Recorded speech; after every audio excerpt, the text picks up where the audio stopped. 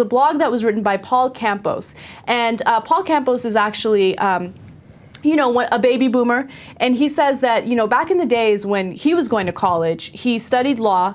It was extremely easy to obtain a law degree in terms of finances, right? So he didn't have a hard time paying for his law degree. It was very easy. And afterwards, there were plenty of jobs out there for lawyers. But he says now in this day and age, if you are a student who wants to go into law, you have to take out, 6 figures in student loans, and only 50%, half of all lawyers or half of all students who graduate with a law degree actually work in law.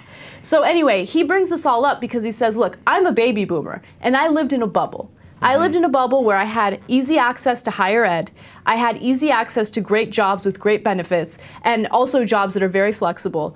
But now, in this day and age, you have baby boomers who had all these wonderful things going for them when they were in school and when they were starting their careers, basically belittling the Wall Street protesters who are also extremely young compared to them, relatively speaking, right?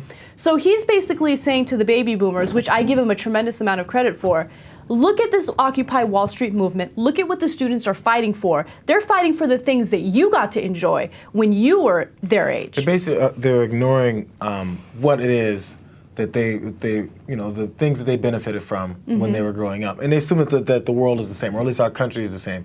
Although a lot of times they won't acknowledge it in things that don't benefit them. They're like, oh, the world has changed. Oh, we don't have this, what we used to have. As long as it's something that negatively affects their life. But if it's something else that they enjoyed, they're like, oh, that's still happening. It's fine. What are you complaining about? Man, when I was that age, I used to do this.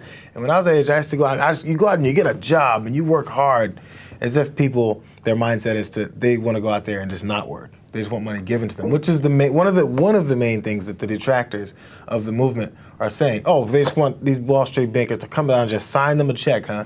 Nobody wants that. I hate the way that they paint this picture of the Wall Street protesters as being these entitled, self-important, lazy individuals. That's not the case at all. They just want to enjoy the same freedoms that you got to enjoy when you were young, right? And they do live in a bubble because here's the thing.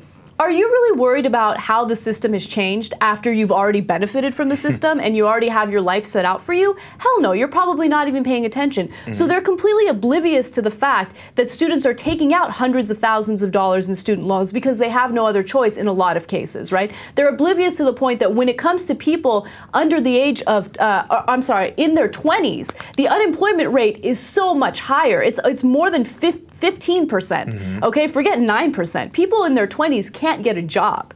So the baby boomers, they need to understand that. And that's what Paul Campos is saying in this Daily Beast article. And I think it's freaking excellent that he had the courage to basically stand up to baby boomers who are completely oblivious to what's really going on. But I think that's the thing. Maybe they would be missing the point of the whole thing. So as long as someone can speak out and say, listen, it's different.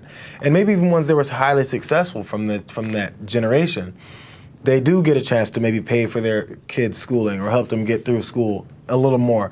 But when you starting off and you're the first level generation of your family that's getting off the ground kind of, say you come from a family that didn't have much, everybody has to start somewhere. And if you don't have any help, you want to have the chance to help your kids. And there's a starting point for each family that's different. Everybody isn't the same. So people need to get out of their own environment of what they grew up in and think that everyone lives that way because it's so far from the reality.